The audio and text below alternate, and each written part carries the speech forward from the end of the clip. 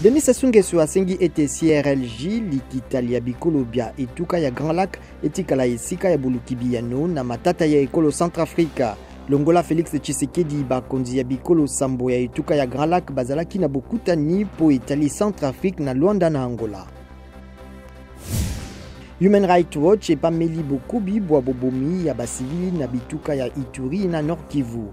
Human Rights Watch elobi bato pene na nkama sambo na tuku minei bakufi kasi Assemblée nationale ya RDC endimi kobakisa mikolo na état de siège po na mbala ya mwambe. Mono ebikisaka na Ebola na kombo ya ebanga endimami na FDA misala mitalaka mino pebilei na États-Unis elakisami na ekolo Congo Démocratique ekilamaki na Dr Jean-Jacques Muyembe na lisungili ya bato basusu ya maile ya États-Unis.